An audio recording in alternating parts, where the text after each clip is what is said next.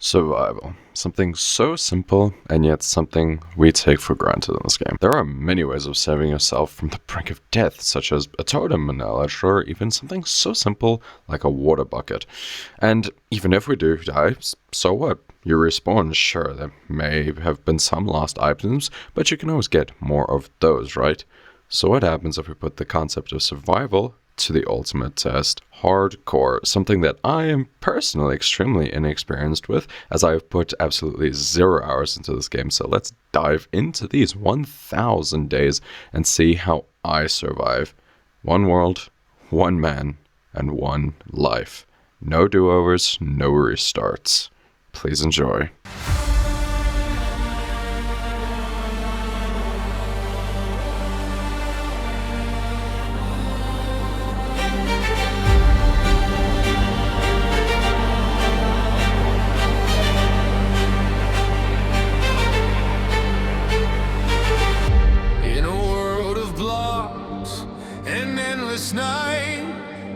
I stood strong, beacon of light, crafting, mining, day and night. My will to survive, a guiding force. Rise up, survivor. Rise through the trials I have found. Rise up, survivor. My legend grows, rose each new day.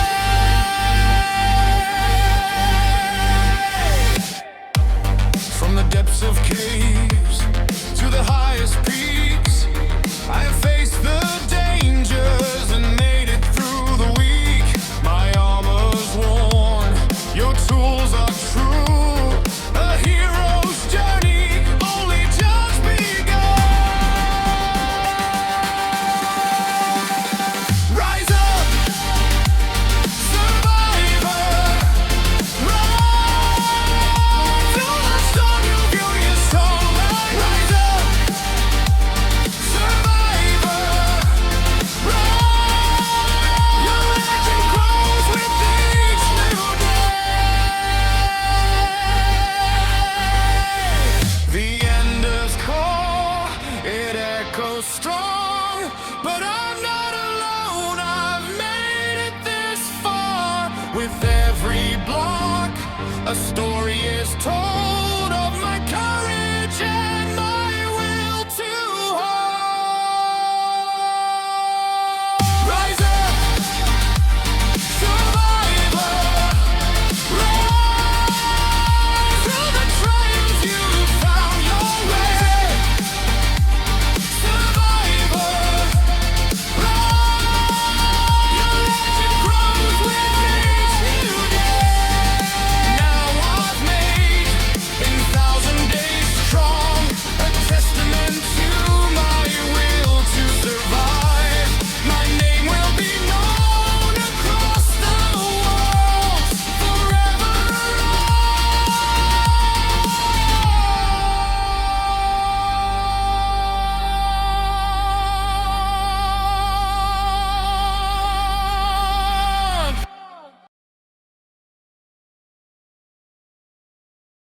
Alright, so hello there. You already know what's going on here.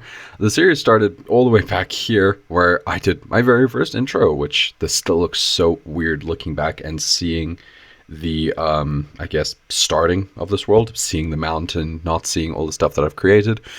But to give you a basic rundown of what everything happened, my series started like any other would. I ran around like a madman. I got freaked out by a cave noise, if I recall. That absolutely messed with my head for like a good 20 minutes, I remember. I then ran around, grabbed resources that I needed, got coal, iron, wood, that type of thing. I specifically prioritized on getting sheep at this particular point because I wanted to make sure that I had enough wool so that I could sleep like in the first day, obviously, and not have to go through the first night of a hardcore world without any bed. Because I did say this, I know, in the intro, but just as a recap, I've never ever played hardcore. This is my first experience with hardcore. So I really, really did need like any excuse of like not having to deal with mobs like him there, especially in the early game. Yeah, my health was, I nearly ended the series right then and there. My health was being eaten alive by these things. I needed food desperately. So I did exactly that, grabbed the resources, grabbed the food, grabbed everything that I actually needed, let that zombie burn to death because I was not about to try and take it in a fight. And that was pretty much the majority of day 1. By about day 5 or so rolling around, I had been running around like a madman, grabbing whatever resources I could, getting geared up again, or not again, for the first time I guess, getting all the tools that I needed, getting a bunch of food. As you can see, I had been running around. This was the top of the mountain, still covered in so many flowers. It's so weird looking back on all of these like shots from the first like week or so of the series and seeing the difference. But yeah, those are the mountains still covered in flowers. That was my first few days. This was my base, if you will. I lived in this cave for like I think all of one day, if that, before actually starting working on anything of the house. I made sure to patch up like any of these weird holes, as you can see me doing here. I didn't want mobs spawning anywhere near my house, causing lag and any other problems that they might cause. As you can see, my world's already relatively laggy. Between the early parts of the season to now, season, series, same thing, to now, I have changed the computer I'm running on, so the series runs a lot better now, obviously. Also, why my skin has changed. If you've wondered that, you might have noticed in other series that I did, that my skin suddenly has changed from this one to the one it currently is. It's because I have a different computer. I don't still have this old file. I don't actually have it anymore. I then also decided to start farming donkeys and any other cow or mobs that would drop leather. I wanted to try and get enchants as soon as possible, knowing those would be what would essentially keep me alive the longest in this series. So I just prioritized getting gear, essentially, that would just keep me alive. Because I was, to put it lightly, I was very, very nervous this series, not knowing how easily I could die, because I'm a very, very reckless player when it comes to this game. But I decided that this would be the best way to play it, was to just play it as safe as possible. I was not going to get into any fights with mobs that I didn't have to. If I could run away, I would. I wouldn't like unnecessarily run out of food. Ignore me trying to smelt down rotten flesh. I thought it would give me leather. Turns out that's a mod pack. I didn't know that. But I have seen that before, and I really did think it would work. I'm sad that it doesn't. The following few days would see the normal progression of any Minecraft player, going from any leather tools, leather armor, wooden tools, that usual basic stuff, to then upgrading to iron. As you can see, I did some off-camera mining, as a normal player would of Minecraft, obviously. Because mining is very boring, and I'm sure nobody here wants to see that. So I did a little bit of off-camera mining, got the gear that I needed. So the following few days would see normal progression like any Minecrafter would. I went from leather gear and wooden tools to iron gear and iron tools, and even a stone axe. For some reason I still had that. I don't know why I didn't make an iron axe. I probably felt the need that I didn't really need it, because I wasn't needing that much wood just yet. How wrong I would be. My base now consists of more wood than I think I've ever mined in the entire time I've played this game. But yes, I was running around looking for stuff. I ended up discovering a village in this day as well, which was really cool, and it's just over this mountain right there. I have a lot planned still for this village coming up, so that's a little teaser for you for the following few episodes, like outside of this particular video I'm talking. So yeah, there is plans for this village. I have about 4 projects I'm working on, this village being one of them. So stay tuned for that. At some point I will be getting onto that in a couple episodes, maybe when I'm finished another project. I then used this episode to travel to this particular village, which is kind of in the middle of nowhere. I was looking for more resources, looking for a few things, came across these villagers, spoke to them, saw what they had for trades, saw that they had watermelons and wheat seeds, which my other village does not have. So I decided to grab those, and I would then be able to take them back with me if I needed. I don't fully remember the reason why I was at this village. I there's one of two reasons. Either I'm just passing through, which I believe I might be, because this is also the same village that has... Oh, and I also found beetroot, which is nice. So yeah, in case you can't tell, I don't have a script for this, like, at all. I am playing this by ear. But yeah, I then grabbed what resources I could, kept on moving. It was falling nighttime, so I did run back to the village to try and get some sleep. But yeah, I just kept on pushing through the village. I had other places that I had to be fair, so yeah. And those other places happen to be this mountain, which is a Stony Peaks, or whatever it's called. It's mountains with calcite on them, but it also has a lot of iron on the surface, so you don't have to go mining for it. So for anyone that looks at my series now and sees that I have like 4 stacks of iron blocks, it's because of this place. I came here and I think I walked away with nearly 2 chests worth of raw iron. It was so much iron. I don't actually know how I don't think I got it all back. I think still to this day there might be some left. But yeah, you can see how much iron was sitting there. It is a lot of iron.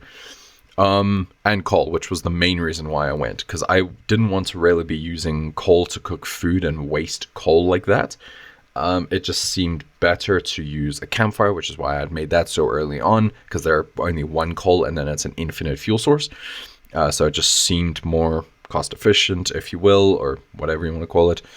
But yeah, that's pretty much all I did for these few days. Cut that. I then, between episodes, decided to grow a bunch of spruce trees because I then realized just how much wood I will actually need for the project on my base. Planted a bunch of crops because they were better than actual meat as a food source, because I was running low on animals. They were not spawning nearly as frequently up here because of my huge project, and got a lot of mud. That mud platform took me, I believe, 2 days just on its own to get all the mud to do. It was an absolute nightmare to make this, and then on top of that, trying to texture it correctly to get like the brick and the regular packed mud as they should be was not a pleasant experience.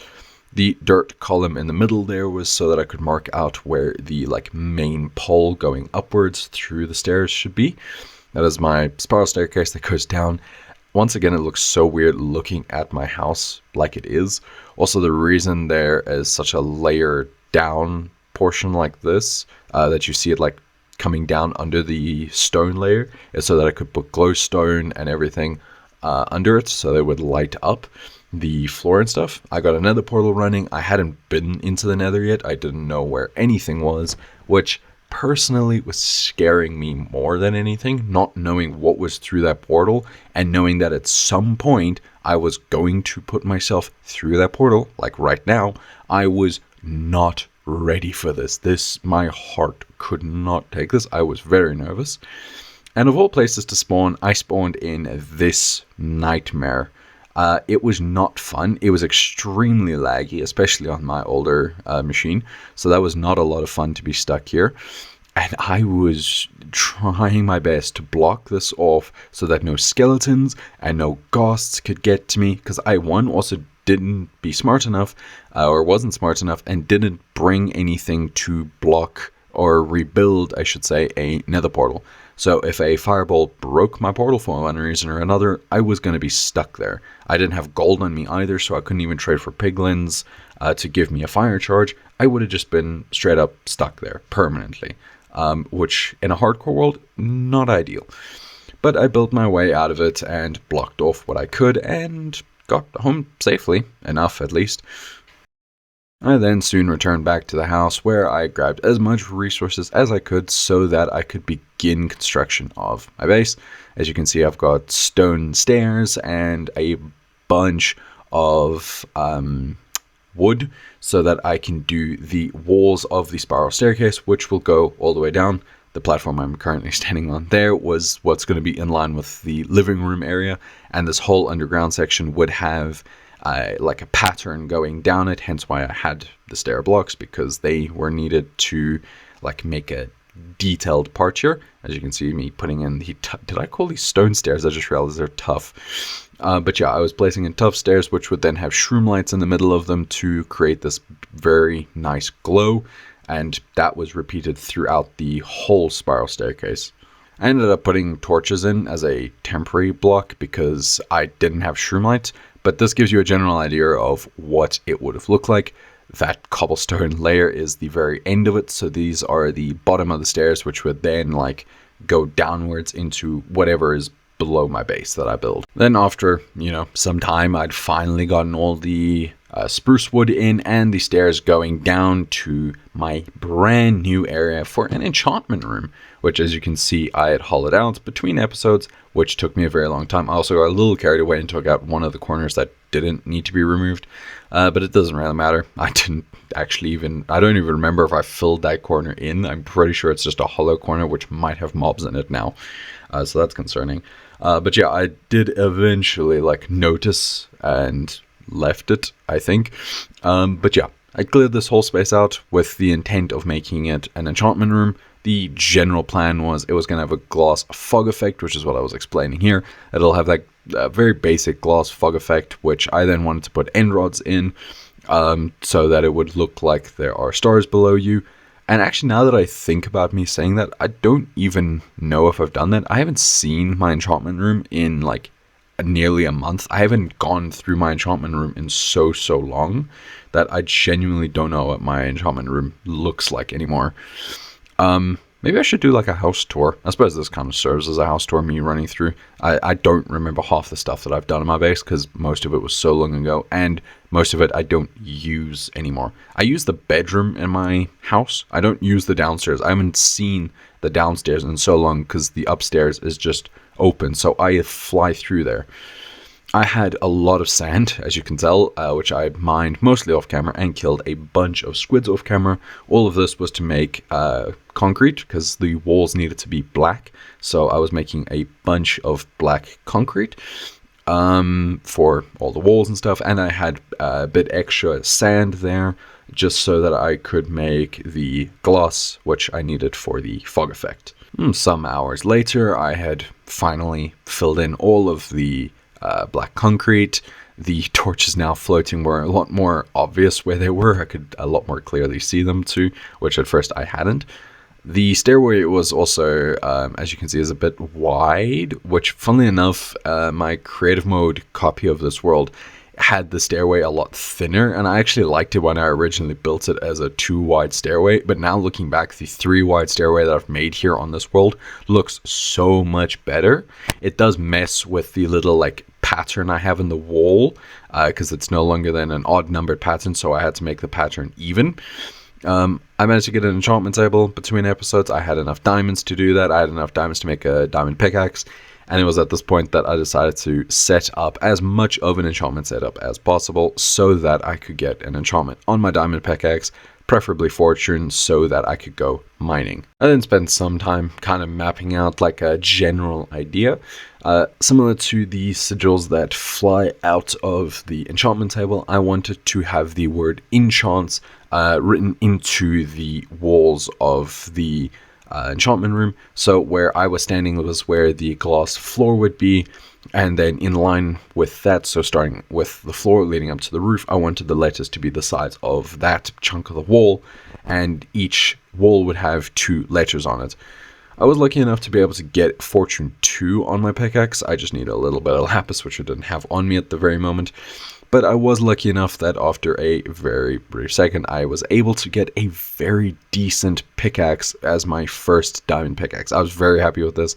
This allowed me to get a lot more diamonds, obviously. The following few days would just follow a similar progression, I guess, as the other days had, where it was cut down trees, plant more trees, cut down trees, plant more trees, cut down the bamboo every once in a while. It was just a constant over and over process of me just gathering resources so I could start working on the house. I was working on the undersection of the house because it didn't require nearly as much work, and it required more time for the simple fact that I was clearing out the ground as much. I had grabbed some glowstone between episodes for, like I'd said, I was going to then layer out to the floor, where I would then put slabs on top of it, as slabs are a transparent block and therefore allow the light to still come through them. This was me standing in the living room-ish area, which once again looks so weird knowing how this ends up looking. Like seeing the finished product and then seeing where it started from is so weird. I soon had the floor finished and looking very nice, which made it a lot easier for me to go in and out of my like downward spiral staircase, because I now actually had a way to get to it without having to like jump on a crafting table and then jump on, or following the perimeter of stone to it. However, I then very soon realized my very, very stupid mistake, which was that I had put all of my wood on the wrong layer. It's supposed to be one layer down, and that was my mistake for putting the stone in the wrong place.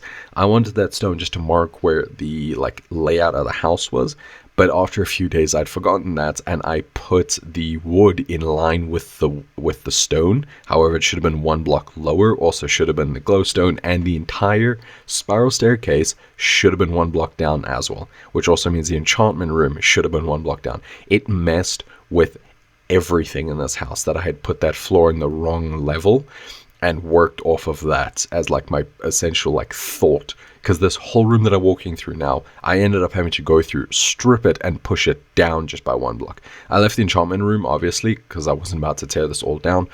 I built this little platform that it's standing on here, which is a small little platform with a pillar underneath it, which with the fog effect would look very, very nice, alongside with what it is that I'm about to do, also making it look very, very nice.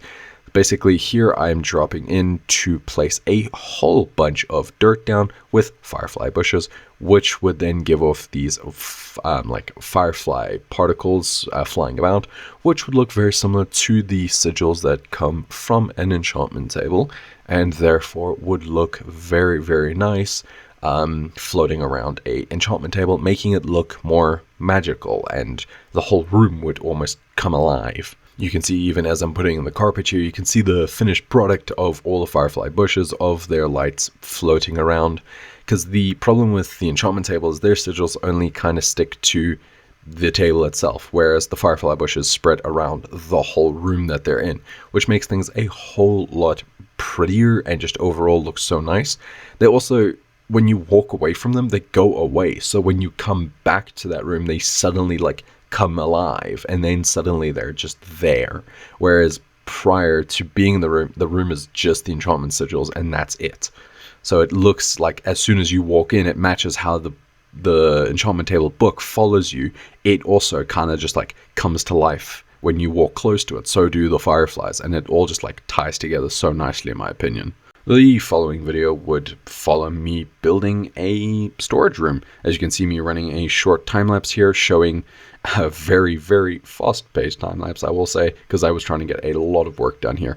But this is what my storage room looks like. It follows off of the back of the enchantment room, and this was all like, I think, hours and hours. I think I took a good 6 hours to do this, maybe. It's a 2-story storage room with the bottom section having just a regular full circular spruce flooring, and the top section being a 3-wide spruce ring, spruce, with then another ring to the side of it where I had stripped oak wood, similar to what I'm using for the floors here. I then hollowed out all the different walls, replaced them with oak, and then just stripped the logs so that it looks a lot smoother.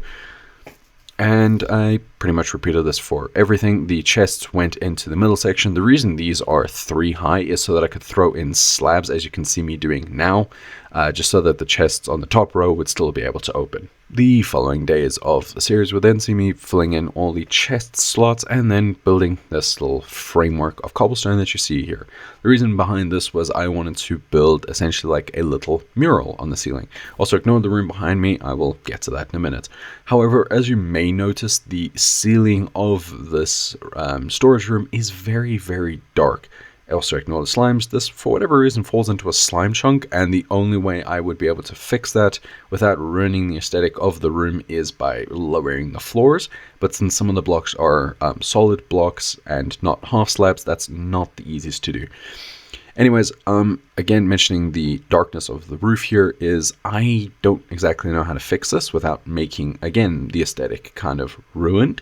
If you, as the viewer, know a way of maybe fixing this, let me know. As you can see, the blocks I'm using for this particular mural is amethyst and calcite, which I had to gather a lot of, and that took like a good 2 hours to do. Thankfully, I know 2 to 3 geodes that were in my very like nearby area.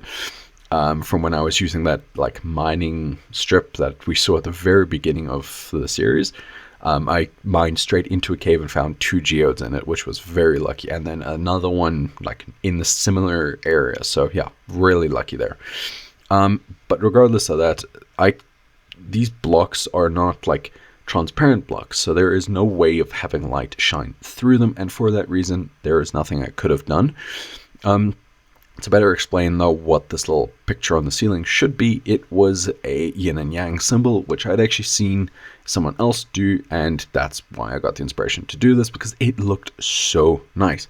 They'd done it out of the traditional colors of a black and white, where they used calcite and deep slate, which looked very nice, but I like the amethyst and calcite combination a bit more. I'm a little biased, I will say that, but I actually made some test variations in a creative world, which I also loved. I did regular wart blocks with warped wart blocks, so the red and blue, which looks also very, very nice. I did this variation, which is the one that I ultimately landed on, obviously. I did the calcite and deep slate variation just for the standard colors to see what it would look like. And I did like about 4 or 5 others just to see what colors would look best. Unfortunately, I ultimately landed on this one, which I discovered just how difficult it was going to be after the fact. But it's whatever. I eventually like figured out how many blocks I would need, and it took a bit of gathering, but I got them in the end. Then you see me running back and forth here trying to figure out the right like shaping for it. If you're ever trying to build something like this, a simple tip that I can give is build 2 circles. So make one huge circle. Let's say the like diameter of that circle is 30 blocks. Then you're going to want to make 2 smaller circles inside of it that are each 15. So it'll be one big circle that is 30, and then the 2 circles inside are half the size of the big circle. At some point they will meet in the middle, and then you just cut the left side of one circle and the right side of the other circle, and you're good. Essentially that creates that like waving line through the middle, and you have one side that can be one color and the other side that can be one color, and then you pick a middle area for the 2 little dots of the like colors that are on the opposite sides, or whatever you want to call it. I don't know the correct terminology for these things, obviously. But yeah, that is the most basic way that I can like explain how to make yin and yang. I do explain it a bit more in this video, so if you wanted to go check it out, please do check out. I have a playlist for the series where all these episodes are in one place. Do go check it out. And yeah, so if you're wanting to see how to make that very beautiful looking yin and yang, you can. Again, like pointing out the dark patch on the roof. I do hate it. If anyone knows how to fix that, please do tell me. Going back to this room, this is my trading hall, which ends up looking very ugly, and still to this day is very empty with only 2 villagers in it. I've rarely not even used it, and only 1 villager is really useful. This tunnel leads to the village so that I could easily access villagers, but this was a very ugly and waste of resources in my opinion. Taking a short break from all the underground work that we were doing, I figured it was time to get working on the upstairs section of the house. This involved, obviously, as you can see in the background there, me filling in the whole actual pathway. I also actually got lucky enough that a wandering trader came past and was able to trade with him to get the particular saplings for what was then the new-ish pale oak. Now it's relatively old. This like nearly 6 months ago, I think. So yeah, they were still relatively new. I also had different like patterns of flowers. I've changed these flowers out to tulips and stuff now, but I still had lily of the valley, cornflower, and a whole bunch of other flowers that were not in my original creative plan. When I made this world in creative, I made it strictly with tulips, not this design of flowers. So I had to make do in the like meantime because I didn't have that. But I used these flowers for the time being. Anyways, explaining the main base, I obviously had to texture the walls and everything to make them look nice and good. I couldn't decide on just regular regular stone brick or regular stone, which looked better, so I just meshed the two together and it looked really nice. The windows are 2 blocks thick, so you can have windows on the inside of the house and then that wooden structural frame on the outside, which is just 4 stairs and about 8 trapdoors, I believe it is, depending on the height, I guess. And then the pillars on the either sides were to hold up a balcony section, which once again is why I say I don't see the bottom section of the house like ever anymore. I just use Ultra Wings and fly straight onto the balcony and into the bedroom basically. So yeah, I don't walk through the inside and up the stairs or anything. I haven't done that for a good bit. I then kind of just like ramble on for a bit before actually getting onto the work. But then I eventually layer out the next layer, which is marked off by another section of stripped spruce, similar to how we did the stone on the bottom layer. However, this section was only going to come up to that point in the front area there. The point I'm standing on currently would all be balcony, which would then also extend across to the pillars, like I said. I then quickly did a short time lapse in which that I built all the 4 walls of the top section and kind of just made the small perimeter around the top so that I can walk around with stairs leading from the downstairs section all the way up to the top. The top section is then thickened out a little bit so that it's in line with the windows, so that I can also layer in the glowstone that I need and have slabs on top once again for light on the top. The trees around the area here actually look very nice. I am contemplating putting more trees, and I did try and make a custom tree, which I will show you in a little bit here, and it looks awful. I hate how it turned out. But you will see it. You can judge it too. You'll probably hate it too. I wouldn't be surprised. I do. So I wouldn't blame you. But yeah, it does exist, and I hated it in the time. I hate it now. I always will. But I do like these trees. I had a proper chest monster going here. I'm just realizing, geez, that is bad. But yeah, this was essentially my base almost finished. I just needed to throw a roof on this thing, throw some furniture in, and it was looking very good. The following episode was a little interesting, as you'll see in a second here. But for now, I was just going through explaining that I just recently got some tulips and stuff, which I was going to end up replacing my other flowers with, because for whatever reason in this episode, they just like randomly disappeared. I'm not sure if this was a bug or what, but as you can see there next to me, they are gone. But the reason this episode was so interesting was because someone, a friend of mine, just so happened to randomly join my world while I was playing. I was in the middle of recording. He didn't know that at all. And you could see it like kind of catches me a bit off guard because there was no warning this was going to happen. It's really, really funny. But yeah, I show him around the base eventually. I go and find him for them, like, first bit of this. I'm just kind of explaining like, oh, this is who's on the world, blah blah blah, that, you know, the usual. And then I eventually try and go and find him because I have no idea where he is. This was also my first time experiencing the player tracker, which you can see there on the hotbar. That's the first time I actually got to experience what this was like. I'd never used it prior to this. But yeah, it was really funny trying to like explain to him that like, hey, I'm in the middle of a recording session.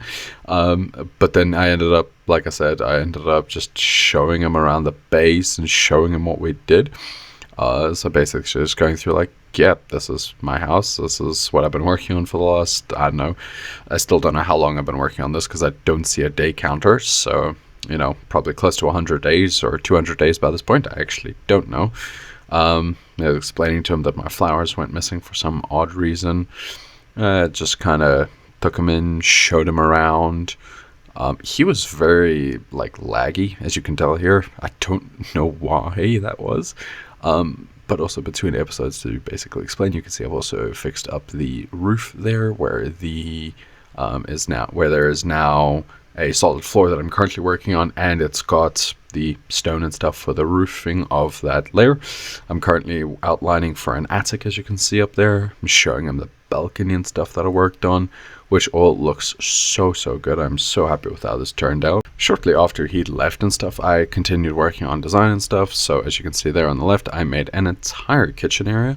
I began also working on a little music machine, which I wanted to do here, as you can see. I then decided to, off of that, shelf thing of mine, which is like a trophy wall. I decided to build like a little pool table.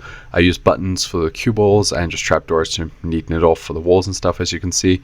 Again, you can see a nice design of the lounge there on the side. To be completely honest, I've paused it real quick, but to be completely honest, I don't know why it's like rendered out this way. I assume this is also how the video went out, which is really annoying. But while I've got it paused here, you can see both the living room and the kitchen in clear view with some chairs. The kitchen does get a later upgrade with a little island through the middle of it.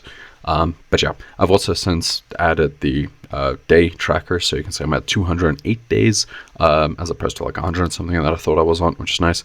But this actually gives you a good layout and look of what the base looks like.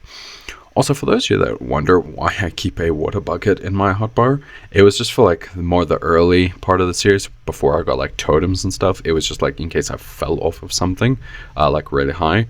Now that I have totems, it's not really as necessary, and I just haven't gotten rid of it though because I'm just so used to keeping it there. But to be fair, I could like remove it now that I have totems in the later episodes. But yeah, that was why I had it there for so long in the earlier episodes. The following episode, I did a bunch of diamond mining so that I could get netherite templates and be able to duplicate them.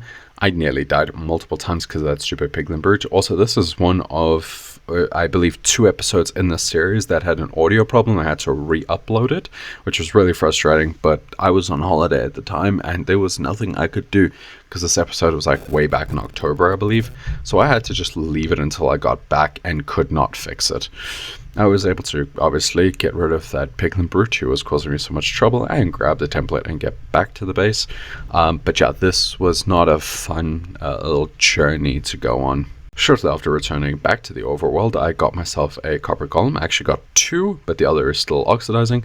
And I was actually very annoyed with these because I didn't know how they worked. And it took a lot of figuring out. Once I figured them out, they're easy, obviously like regular copper, but not fun to try and figure out in the first beginning bit of it because I've had no experience with these. I then started off the next episode in the most annoying spot, I would argue, for my base was the trading hall. I had netherite tools which made clearing out the space for the tunnel at least a lot easier, which was good, and connecting it up to the village itself, which was really nice. This is basically me explaining how I'm going to design this place, which I already explained earlier. Excuse me, I've got hiccups. I explained this earlier, saying it's going to be a bunch of stripped wood and spruce floors, similar to the trading storage room. But this was not a fun episode because of villagers alone. Seriously, who decided moving villagers needs to be so difficult? Like why did Mojang decide this needs to be such a tedious and annoying process? And then decided I needed to redecorate the tunnels, which, don't get me wrong, I love how these turned out, but they're not my favorite piece of work that I've done. I also haven't seen the tunnels since I finished them. I made them and then left them. I haven't seen them since. I kid you not. So yeah, I moved 2 villagers into my trading hall and that was it. I haven't been here since. But yeah, these tunnels may be a bit more important in later episodes that are coming after this one. Shortly after that, I got fully kitted out in gear. I encountered one of these guys for the first time in probably about 2 years, roughly. Obviously, took care of them nice and easily. I believe this one had a punch bow, which was giving me so much problem. Yep, punch 1, I was right. Which was giving me a huge problem. However, I was lucky enough to take care of both.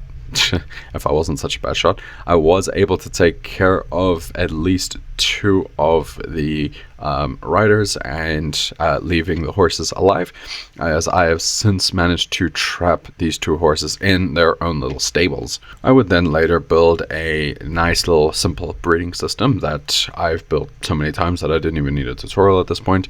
If you do want a tutorial, go check out this video where it is linked in the description of that video. But yeah, so I then explained how I wanted like a redstone contraption to connect in, because I also wanted to put the beds in the walls, but they ended up being too far away and the villagers couldn't connect to them, which I discovered way later on, and I had to then move them, which is what I was complaining so much about the villagers, because it kind of just ruined the like aesthetic that I wanted. I wanted the beds on one side of the wall and then the job blocks on the other side, and it just was not working, and I was so annoyed with that. And this is also how I discovered that it was nighttime, was by placing down a bed, ironically enough.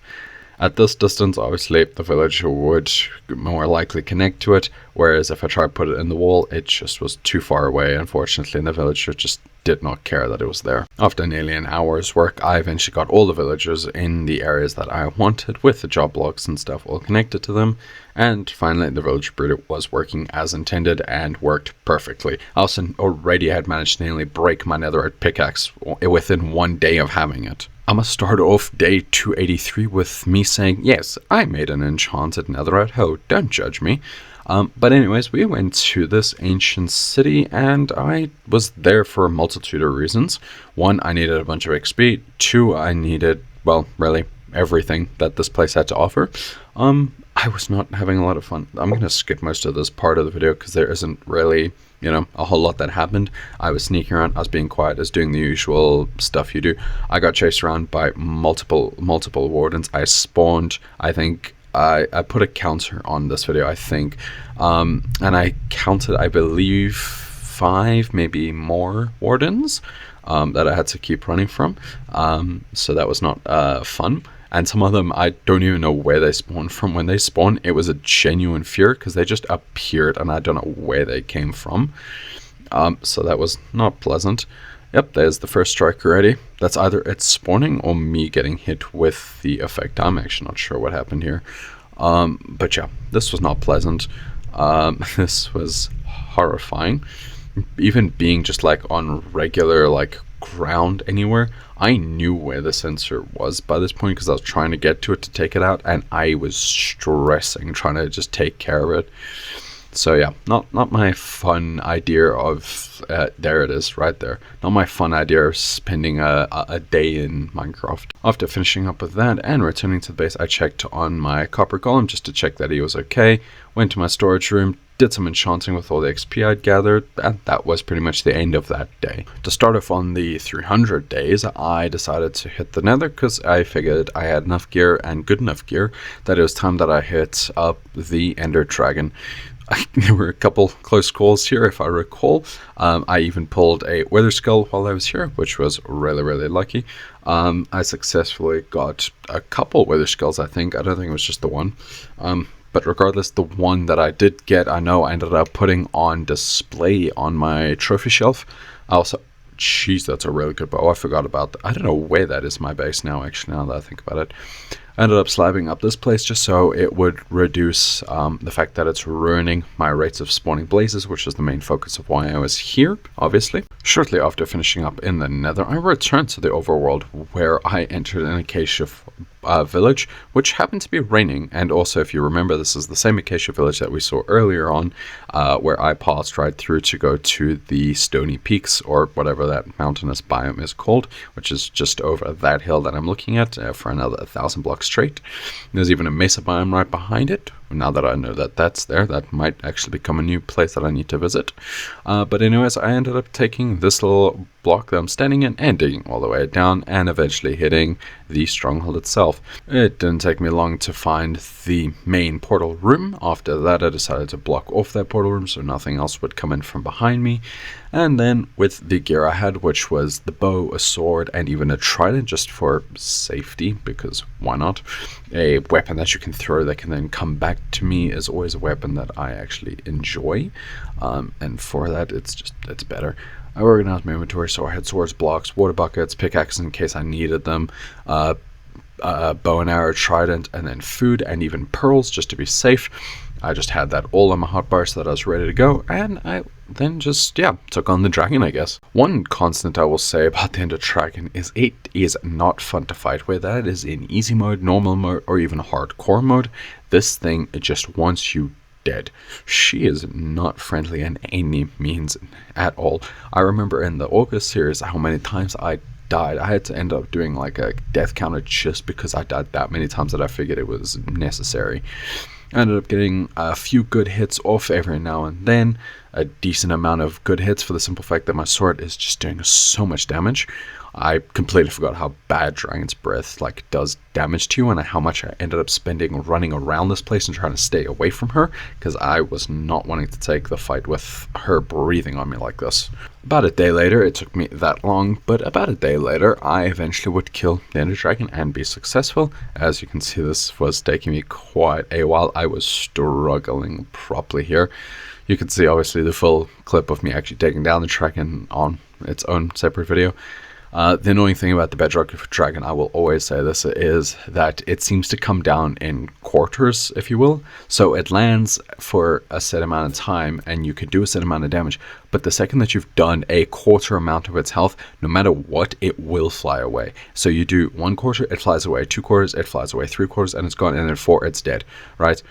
And that's the most annoying thing, because one, if you're landing small amounts of damage, it won't allow you to get to that quarter. It'll just take off before then.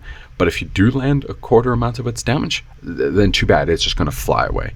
It's so annoying. At this point in the series, I was then kind of sick and tired of the moss carpet, or not moss carpet, the not so green looking grass. So I figured the moss carpeting color would look really nice. I did accidentally make that tree. I ended up keeping it for quite a while. It's a really nice tree in my opinion. But this was also the same episode where I made the worst mistake of my life and decided to make a custom tree. Why did I do this? Also, my map ended up looking so horrible because of all this moss carpet. For so long I was just stuck with this stuff that looked terrible. But after neatening it out, it looks so nice in front of my house now. Yep, there it is. That's what I made. I did try and fix it. I promise that I try and fix it after this. I just bumped my mic, oops. I do try and fix it, but it's like, it wasn't worth fixing this. It was just get rid of it. Because, like, what was I doing? What was I thinking? Thinking that this would look good. I need to actually find a better design. I did try and work off of someone's tutorial and showing me how to work this, and I just couldn't. I feel like, I think I do say this in the episode, the leaves look like acacia leaves in terms of how flat they are, and the trunk looks decent. The trunk looks okay. The leaves are what looks weird in my opinion. We then start off on the 400s, being closer to my friend's base who abandoned me. He has not been on my world since that one random episode that he joined, by the way. But regardless, we were starting off this particular episode with me hitting trial chambers because I needed a good bit of loot from them, and also they're just really nice hit. Specifically, I wanted music discs. I was taking 4 shulker boxes, which hopefully were going to be enough. I wanted specifically music discs, but also a mace or a heavy core at least would be really nice. My computer, sorry for anyone that gets blinded by this, my computer on the other hand was fighting against me. I have no idea what was going on in this episode, but this was right around the time that I decided to swap out computers. You can also see how like it is taking a lot out of my game essentially just to look around. Like walking, not good. Don't know what happened with that white flash. I ended up like eventually even phoning a friend of mine, just like telling him, hey, this is what the problem was. That was off camera, and then he phoned me back while I was on camera. Like, look at this. I'm just like straight freezing up. I don't know what was going on here. It was not a fun experience to deal with. I don't know. Yep, there you go. There's my friend calling me. I don't know if there was just something stuck or like entities that were just like not despawning in this general vicinity, and while I was doing a trial chamber they eventually do despawn. I don't know what was happening because this area was just so bad. I eventually do get into the trial chamber, and it seems like being underground helped and made everything a bit better. I also did a good chunk of the trial chamber off camera because not recording, my game was running almost perfectly fine. It was still giving me a decent amount of hassle, but not too bad. I ran around the trial chambers for a good few days after clearing it out, just trying to check and make sure that I didn't miss anything.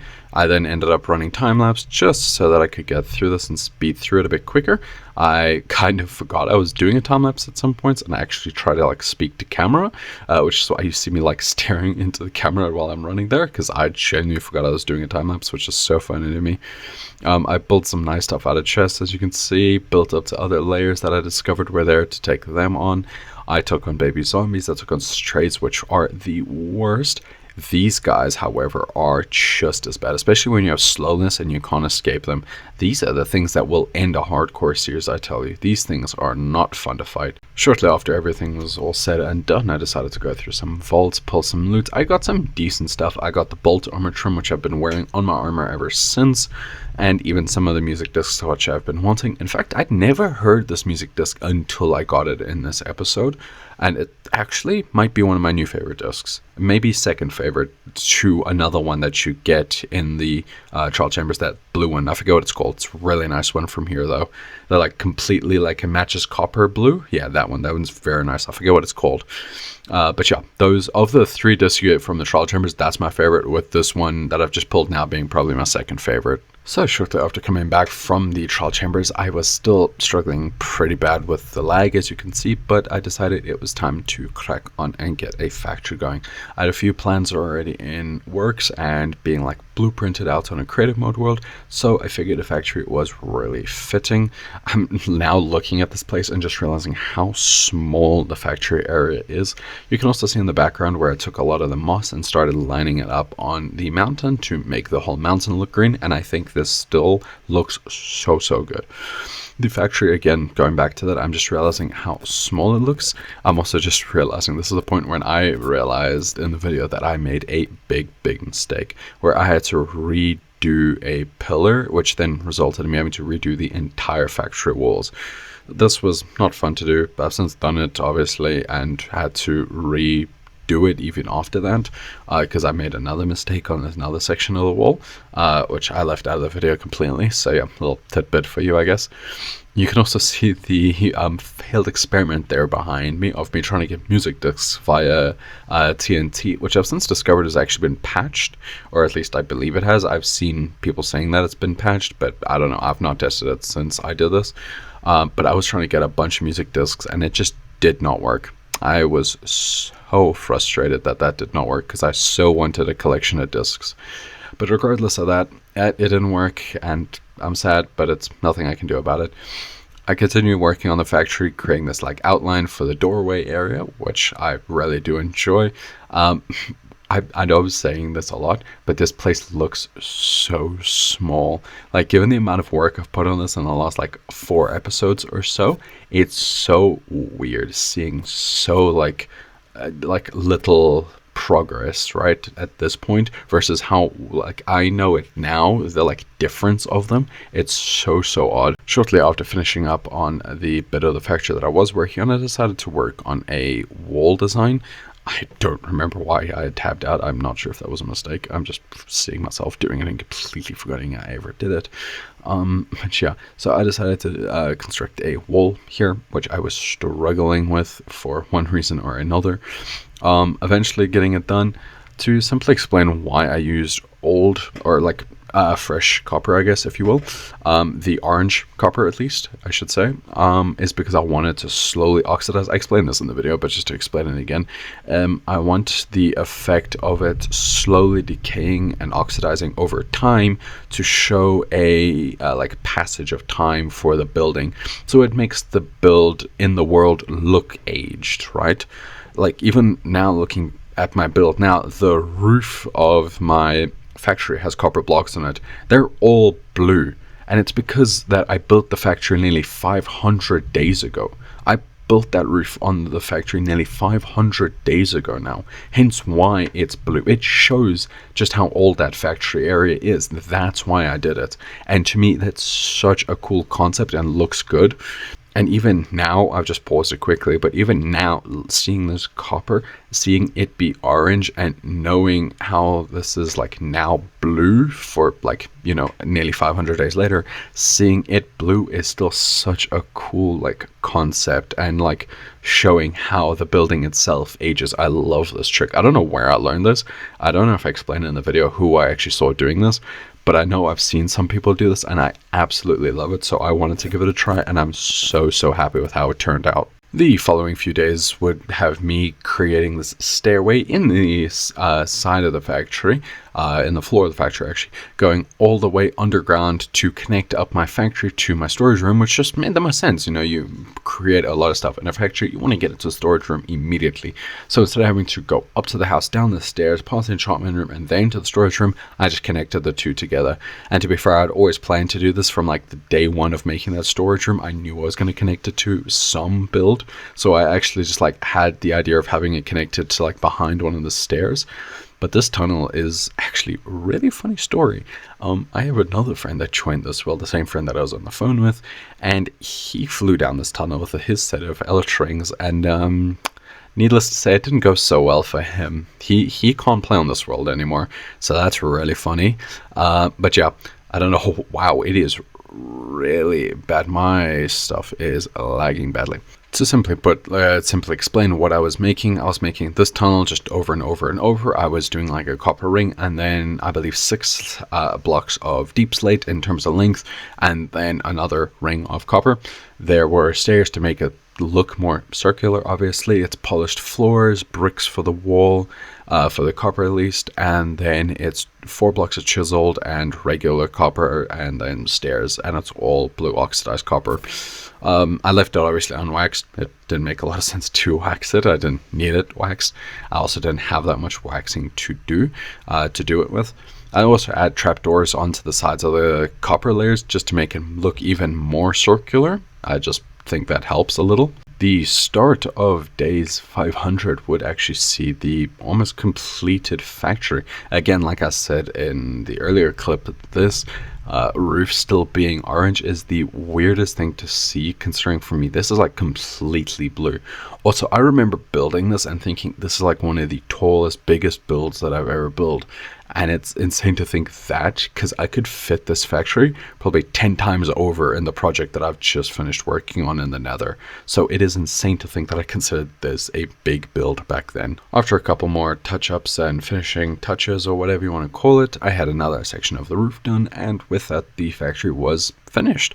I needed to add a bit more lighting into this area. As you can tell, the walls and stuff are very, very dark. I don't know why I was placing torches down, because I could have sworn I had started by putting in glowstone under the floor. Clearly not. I don't know why I didn't. Normally I do. But the roofs were making everything very dark, because I couldn't really put lighting up there. Otherwise it would be very obvious that I've done that. And I didn't really, even though it's a factory, I didn't want to make it look ugly. So I still actually have a very dark patch on those roofs. I then decided to have a quick look at the walls and stuff, and even in the few days after, like 30 days, 40 days after putting in these walls, you can see they've already oxidized, again showing that like passing time effect, which still to me is such a cool concept. But I was more explaining the fact that I had finished the entire perimeter of walls and everything was done. I was just looking around the base, making sure I'd finished everything essentially, and just kind of like talking to viewers, talking you guys through everything, and just showing you everything, what it looks like pretty much. Starting off on this, these following few days, I decided it was time to hit a mansion. I couldn't even remember what this place was called. The mansion was pretty empty. You'll notice my shield having a problem. I don't know what was causing this. So every time I would crouch, it would do that like scrolling sliding effect. I eventually got annoyed with it and actually took the shield off completely, because I had a golden apple. If I was close to death, I could eat it. But yeah, I don't know what was causing this. Again, visual graphics, everything like that, my game was having problems. I managed to land on the roof of this place, so I started from the very top of the mansion and slowly worked my way down, starting with the most dangerous, essentially, because most of the evokers and stuff spawn at the top, and I started with them and then made my way down, which I actually kind of prefer, because that means you get totems really early on into these places. Yeah, I did not like dealing with these guys. Eventually do kill him relatively easy. The Vindicator obviously couldn't reach me until I made that stupid mistake.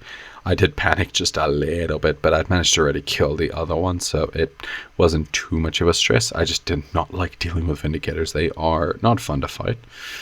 But yeah, I then nearly fell into that hole again. I also don't understand why that layer is never there. That one strip between the flooring and the stairs, always missing. Don't know why that is. But yeah, I kind of ran through, looted this place like a normal person. This was also my first time experiencing a mob with a spear, and even so was one of my first experiences with the spear in general. This was not a fun experience. I still have that spear somewhere in my base to this day. Still to this day, that was hard to say. Still to this day, I have that spear somewhere in my base. I don't know where I have it though. And I forgot those allays actually were here. I'll need to go back and get those at some point. I do not really have I don't really have plans for allays, but like they'd be nice to have. Also, this is my first time seeing this room. Never seen one of these before. Don't know what the purpose of these are. I know a lot of the rooms in this mansion just like, don't have a purpose and they're weird, but this one was just like beyond odd, even by my standards. This was just like, what am I looking? Or not my standards, mansion standards, I guess. I was looking at this like, what is this thing? I've never seen one of these. But yeah, I think this is also, like I said, one of the last times that I rocked the shield because of this weird glitch. I don't know if this has been fixed. I haven't used a shield in so long. Maybe I'll check it out in one of my newer episodes. I do grab these flowers because I like having flowers and they're good for dyes and stuff, so they're nice to have at least. On this day, I was properly losing my mind because I decided to spawn in a wither. I did it directly above the end portal for one simple reason, that hoping it would explode enough that it would clear out a huge chunk of the area so that I don't have to come back and mine this, because I want to at some point get to tearing this place up and make like a good end portal type thing. But it seemed for whatever reason that the weather just wanted to go up, which was very, very annoying. I did get some weather roses from this in all fairness, so I can't complain too much. And I do end up killing the weather at the very least, so I do survive. Although there were some times that I didn't think I was going to. I went through about 4 totems, I think, in this whole fight, which was not a pleasant experience. That withering 2 always like was putting me on the brink of death. There were, like I said, multiple times that I thought I was gonna die here. So yeah, not a great experience. After almost like a full day in this world, of this fight, not even just this world, I should say, in this fight, I eventually do kill the wither. The problem with this wither, I don't think a lot of people realize, because it's the bedrock wither. For those who don't know, I play bedrock. This is the bedrock wither, which has more health than the Java Wither, and as you just saw it do there for a split second, it has this dash attack, or whatever you want to call it, that the Java Wither does not have, which is why it's absolutely tearing this place up. The second, I think it's only a melee ability, so the second it gets down to the point where it has that blue shield and it's only in like a melee mode that you can only kill it, you can't shoot it anymore. I think that's when the point that the like charge comes in or whatever. I killed this thing and I was happy and I just started running. It took me about nearly 2 days to do this. So that is insane. But yeah, I eventually got the Nether Star. I was happy. I was very, very happy. I then kind of just like spoke you guys through pretty much on what I was going to be doing with this, because I need 2 Nether Stars, and I was going to do 2 weather fights in this episode, and I just decided absolutely not. After that, never again. Especially not in hardcore. That was a lot on the line. That I was putting a lot on the line there, and I was not about to risk doing it again. And if I will do it, I'll do it off camera rather next time. I'm not about to do it here. You can also see my skins already changed, which means I'm actually using my current computer, so yeah, hence why the skin's changed, hence why everything's running so much smoother, hence why a lot of things basically. The next few days I ended up building all of these beautiful sheep farms because I need an absolute metric ton of wool for a project that I'm actually currently working on. The nether project that I've been talking about for a bit now requires a lot of wool for spawn proofing mostly, but just also decoration. It does look very, very nice from that point. There is dyes and a lot of them because the sheep, I was waiting for them to eat their grass so that they would, grow back their wool. So I was just kind of waiting for that. So a lot of the chests do just still have that wool sitting in them, which is why you saw grey dye in the one chest. This is also how I discovered it was nighttime, was because of that spider that nearly got to me. I also expand the platform, as you can see, which is why I was saying earlier that it's so weird looking at the factory and seeing how small it is, because I've now like obviously expanded a huge chunk of that platform and made it 1,000 times bigger, and it looks so much better like that. The amount of work that I can now do with that space of the factory is so good. Not that I end up doing anything with it. What you see in that chest, though, is then the materials for a kelp farm, because I need a lot of bone meal also for another little small project that I'm doing between episodes. I wasn't really planning on doing this like on camera, because it would be very boring for you guys as the viewer to watch me do it over and over. So I was doing it just like off camera to make, you know, the aesthetic of the base look nice. It was the moss project that I was shown bits of earlier. That's why I needed all this bone meal. To be fair, I'm still not finished with this project. I have gotten a huge chunk of it done, but it's not finished. This actually shows just how nicely the moss is spread like across the mountain and stuff, and even places that I've had to manually put it in, because copper doesn't, not copper, sorry. I just saw the bars and I just saw the blue in it. My brain got a copper. But it shows how the moss is like slowly spread even in places where I've had to put it, because moss doesn't naturally go like where if there's a block on top of it, on top of a block, it won't go onto the bottom block. It'll only go into the block on top, right? So sometimes you have to do that yourself and manually put in moss. In the prior episode to this one, I kind of just like ran around it and down nothing. So I figured for this episode, I had to do a little bit more detailing and decorating and stuff. I'd also just recently finished watching Supernatural, and one of my favorite characters from the show, Kane, actually owned a bee farm, so it just figured that it would be a nice little touch to the base, which it kind of is. It's just aesthetic. I don't use it for farming. I may turn it into a farm as well, but as of right now, it's not actually a farm. You can also see just how much of the moss have also spread in the back area there, so it looks beautiful all around the base and all moss covered and stuff. I'm even using moss cobblestone just for that very purpose, to kind of blend in with it and like mesh together and make it look like the moss is crept up into the stone, and just makes the stone layer look super old. Every I believe it was 4 or 5 blocks, I brought the layer down by 1 block. I can't remember what the exact number was. I just know it was a certain number like that. And I kind of just kept this as random as possible and made the stone look, you know, just natural, I guess, if you will. It ended up looking very good in my opinion. I ended up adding in some dirt blocks so that I could make path blocks, which you can see here. I'm still, even now looking at this, I'm not overly keen on the path blocks. They look okay, but you know, maybe not the greatest work that I've done. Could be worse, could be better, I don't know. It's not fully growing on me, but I don't hate it yet. I ended up coming across this guy. I almost never trade with these guys, obviously, because why would I? But like, sometimes I like to just have a look, especially in the early game. They're nice to come across. Like, that's how I got the gray wood or whatever it is. I forget what it's called off the top of my head, but the like white gray colored wood. It's how I got spruce wood as well. I didn't realize, I now do know, but I didn't realize at the time that there's a spruce forest behind my base. Didn't know that at the time, but I do now. So yeah, that's how I got spruce wood, which without that I wouldn't have been able to do a large chunk of my house. So it was good that I saw him as of like the day 700 days or whatever you want to really call it. So yeah, day 700. I was kind of just running through explaining what I'd done with the roof and stuff, but I'd also been working on this brand new section of the factory area, whatever. I'd expanded the factory section over on the side there. You can see I'd made like a dock area that juts out. There was also random pieces of cobblestone laying about, which were my markers for where I wanted to put like giant cargo containers. The point of this factory that I'm currently standing in is to make a gold farm, which even still I haven't made it. I plan to in a few days now. Now that I'm actually finished-ish with the nether project. As soon as the nether project finished, I have like small projects that I want to get onto and take a break from the big projects for a little bit. So yeah, that will be my next priority, is making a gold farm among a bunch of other small farms, including the cargo ship that I'm wanting to build for this factory area and so much other stuff. But yeah, this small mini factory that I'm working on off the side is intended for a gold farm actually. And this is a very good angle of the factory now actually finished. You see me also then pointing out what the cobblestone is for, which like I said is the crates.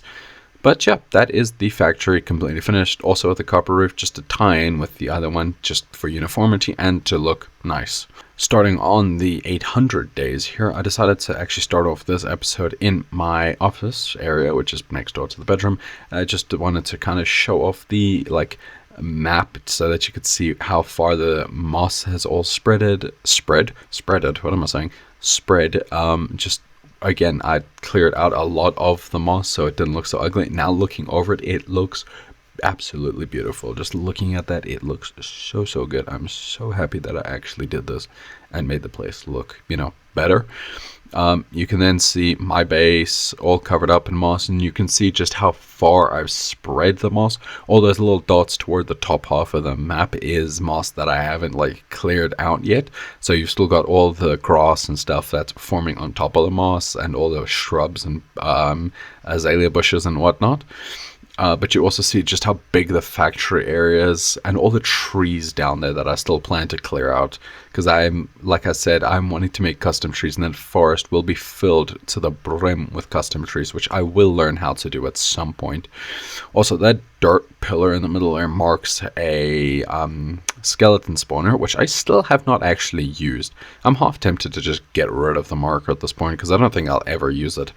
Especially now that I have a farm for bone meal, it's not really needed, but it is nice to have on the off chance that I just need an XP farm. But again, with me building a gold farm, I don't really need that either. The main purpose of this episode, though, was for me to get working on the containers and stuff. As you can see, them all built up here and looking really nice.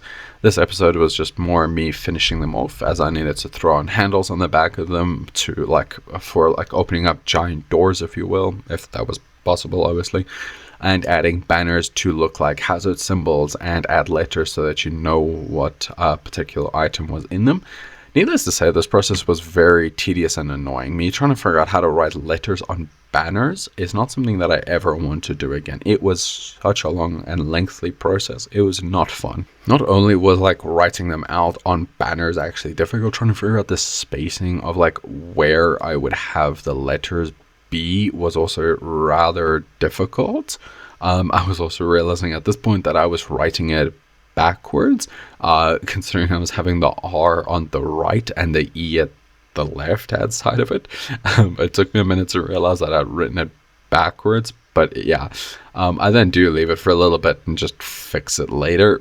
But it was an absolute headache to try and get this done.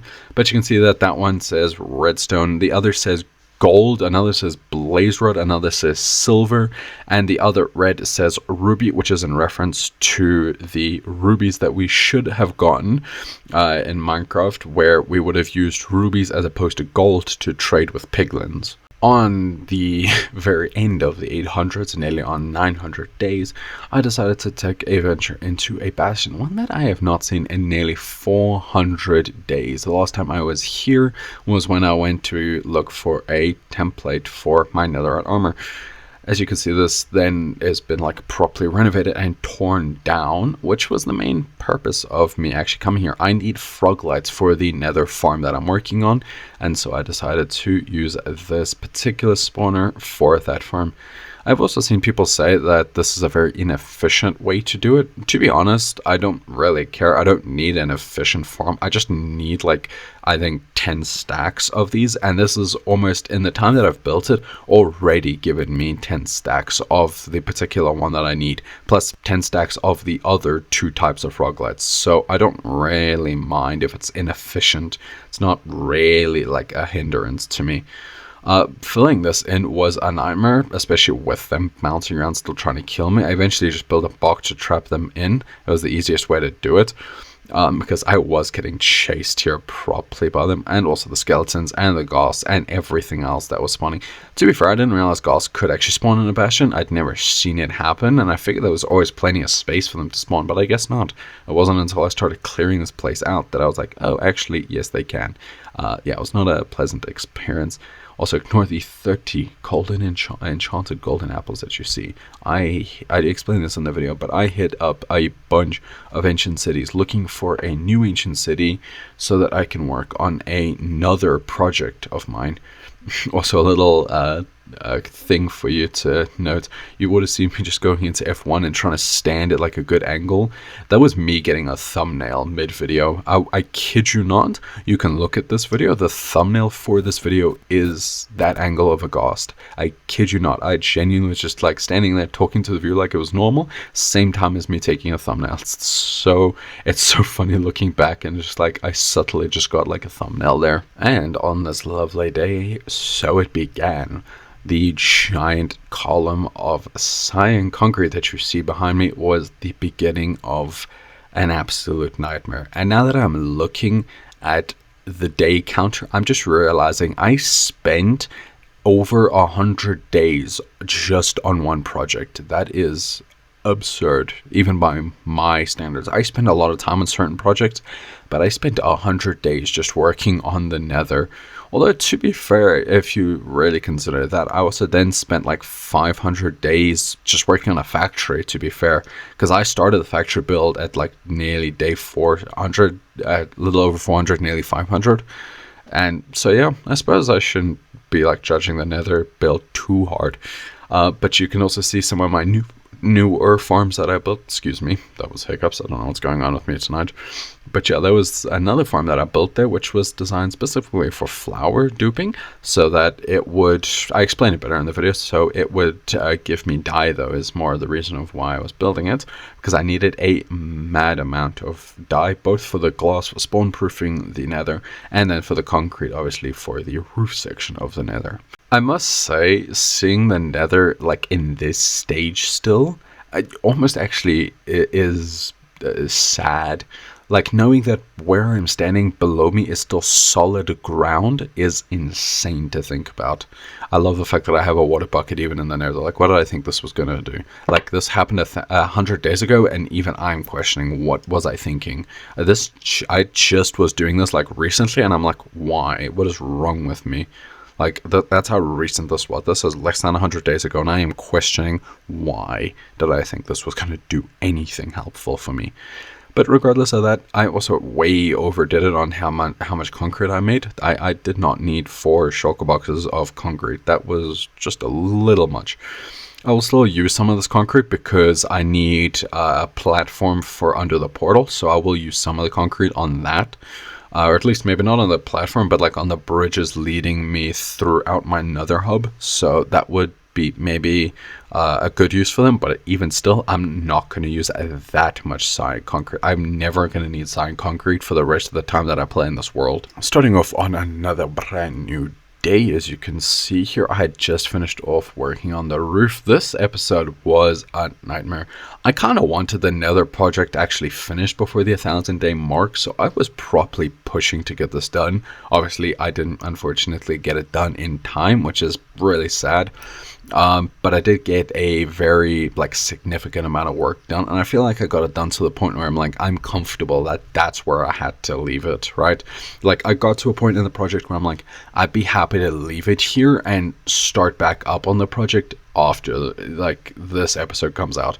I was at that point where I'm like, I'm satisfied with the amount of work that I've done. I can move on to another little project, even if it's just like something as basic as this for just a little while. I can do that. That was where I wanted to at the very least be.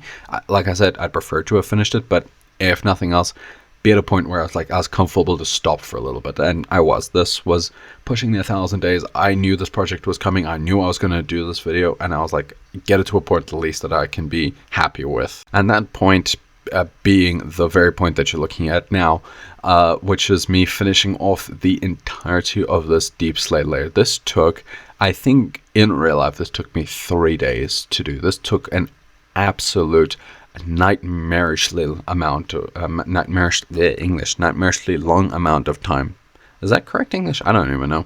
But that took me way too long to do this project. I got it done, obviously. You can see again, I've nearly broken my netherite pickaxe. I think doing this project, I nearly broke my pickaxe 8 times at least, and that's like on and off camera. It took a lot out of it.